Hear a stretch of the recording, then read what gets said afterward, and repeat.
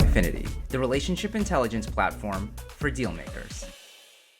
When you commit to one music streaming service, it can feel like you're locked in for life. I mean, what if I want to listen to the angsty playlists I made in high school?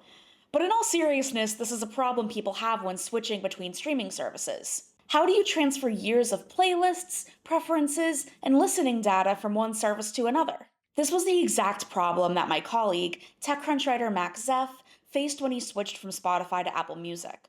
Apple Music recently created a playlist transfer tool as part of a data portability initiative that Apple founded alongside Google and Meta. But since Spotify isn't part of that initiative, Max was stumped. That is, until he found Soundies. Soundies was created in 2013 by two friends in France who loved to code and listen to music together.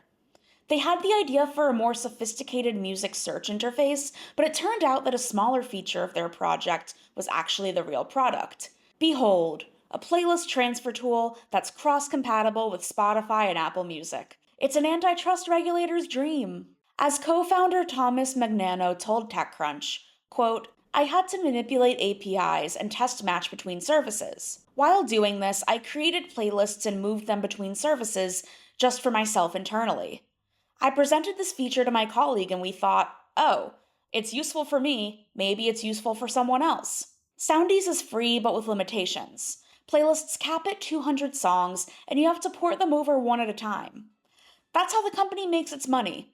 You can get around these barriers with a monthly subscription. More than 10 years later, Soundies has become these founders' full-time jobs. Their big break came pretty soon into the project in 2015 when Tidal partnered with Soundies to make it easier for people to jump ship from Spotify. Why might people want to leave Spotify if all their data is there? Over the years, musicians have protested the service for its streaming payouts, which artists say are lower than what Apple Music or Tidal pays. Or maybe it's something simple, like you tried out Apple Music and just thought it was better. Either way, it's pretty annoying that it's so difficult to port data between platforms, and third-party tools like Soundies make it just a bit easier.